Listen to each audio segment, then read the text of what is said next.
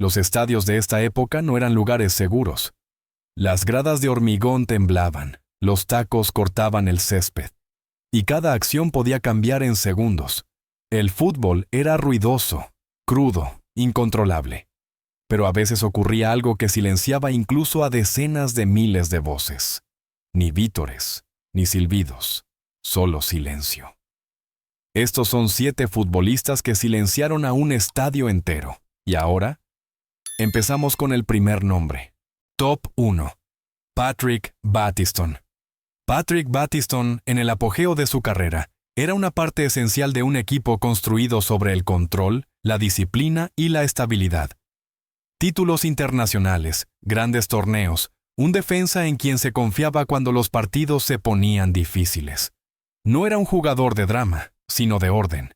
Y precisamente por eso el momento impactó con tanta fuerza. Un balón largo, una carrera al área, el portero sale, y entonces la colisión. No fue una falta típica, no hubo caos. Battiston permanece en el suelo, inmóvil, sin moverse. Dientes en el césped. La mirada vacía. En cuestión de segundos, la atmósfera cambia. Decenas de miles de personas enmudecen al mismo tiempo.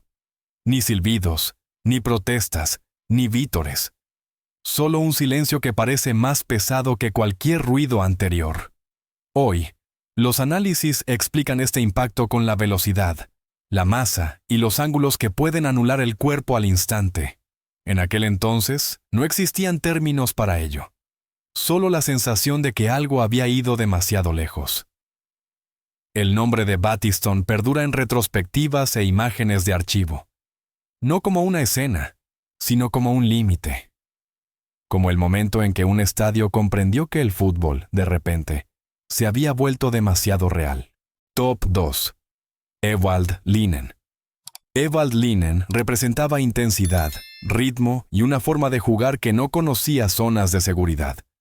Era un extremo en una época en la que los duelos no se dosificaban, sino que llegaban de frente.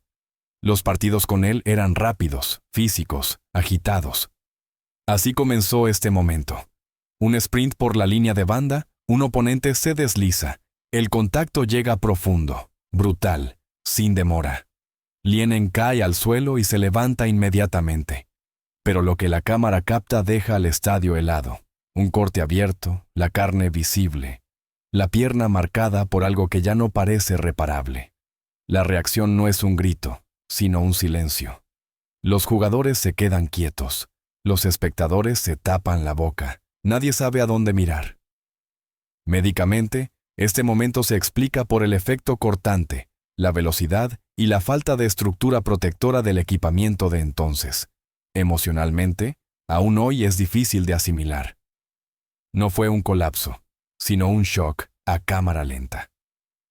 Hoy, el nombre de Linen surge en conversaciones sobre la dureza de generaciones pasadas. Su imagen no representa solo dolor, sino la constatación de que el fútbol fue una vez un lugar donde la vulnerabilidad se hizo visible sin protección. Algunas escenas no gritan, cortan. Top 3. Luke Nealis.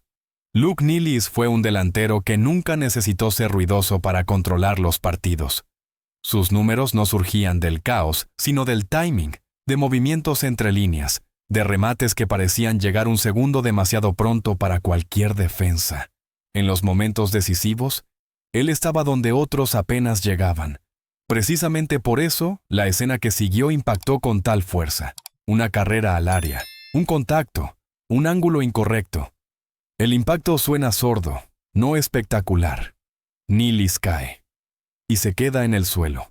La reacción es tardía, casi incrédula. Los jugadores no miran el balón, sino hacia abajo. La grada pierde sus sonidos, como si alguien hubiera apagado el volumen. Las reconstrucciones modernas hablan de fuerzas rotacionales, de una carga que los huesos no pueden compensar. En aquel entonces, solo se veía un cuerpo que ya no se movía, y se entendía instintivamente que algo definitivo había ocurrido. Nealis nunca volvió a ese nivel. Su carrera no terminó con aplausos, sino con un momento que nadie pudo celebrar. A veces no es un pitido final lo que decide un partido, sino un silencio que lo termina todo. Top 4. Alf Inge Haaland. Alf Inge Haaland no era un jugador de titulares, sino uno que los entrenadores necesitaban cuando los partidos se ponían difíciles. Incansable, disciplinado, físicamente presente, alguien que cerraba espacios y buscaba duelos sin teatralizarlos. Precisamente por eso, el momento resultó tan inquietante. Un choque en el mediocampo, ni una final, ni un área, solo un balón normal. El contacto llega tarde, profundo, con toda la fuerza. Haaland cae al suelo.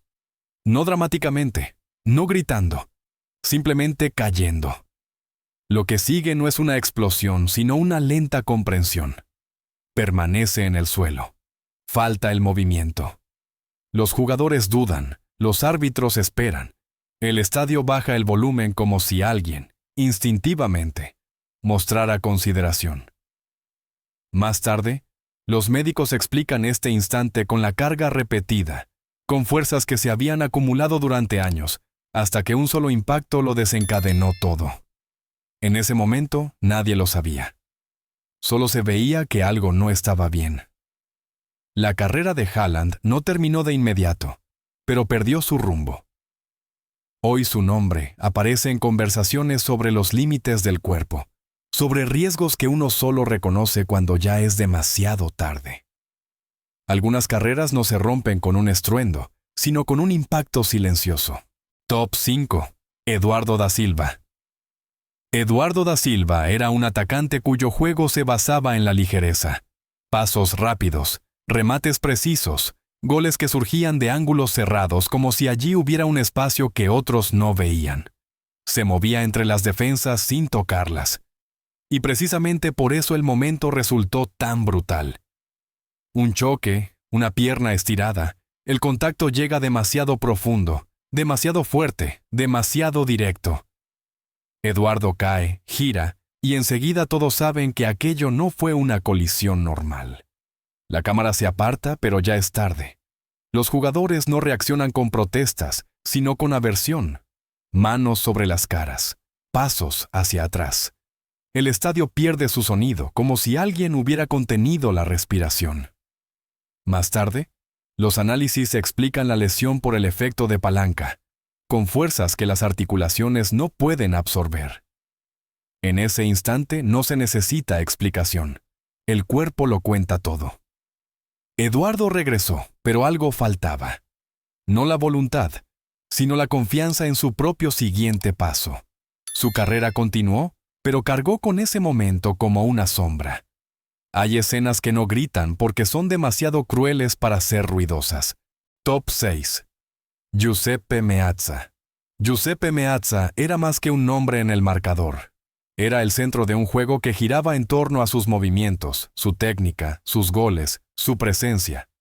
Los estadios venían a verle a él, no a sorprenderse. Y precisamente por eso, el momento resultó tan extraño. Una carrera, un contacto, no una entrada brutal, sino un giro desafortunado, un colapso sin previo aviso. Meazza cae al suelo, se agarra la pierna, intenta levantarse, y falla. La reacción no es ruidosa, sino cautelosa. Los jugadores se acercan lentamente, como si no quisieran perturbar el instante. En las gradas, un silencio se apodera del lugar, atípico para sitios que suelen vivir de la expectativa. Más tarde se habla de sobrecarga, de un cuerpo que había soportado demasiados partidos, demasiados duelos. En ese momento, solo se ve que incluso las figuras más grandes de repente parecen frágiles. Meazza siguió jugando, pero nunca más sin esa sombra. Su nombre perdura en estadios, calles y trofeos, pero también en el recuerdo de un instante en el que la admiración se convirtió brevemente en preocupación. A veces basta un paso en falso para que un estadio entero se quede en silencio. Top 7. Gunnar Nordahl. Gunnar Nordahl era una fuerza de la naturaleza. Los goles no caían a su alrededor, eran forzados por él. Sus números parecían desmesurados, incluso para una época físicamente ruda. Su presencia en el área hacía retroceder a los defensas incluso antes de que llegara el balón. Cuando Nordahl arrancaba, el juego se apartaba. Y precisamente por eso, el momento fue tan inquietante. Una entrada dura, sin falta, sin escándalo, solo pura fuerza bruta. Nordahl cae al suelo, permanece tendido, y por primera vez, ese cuerpo no parece imparable. El silencio llega de inmediato. Ni un murmullo, ni un sonido de shock, sino una pausa colectiva. Los jugadores se quedan quietos, como si hubieran comprendido que algo fundamental había ocurrido.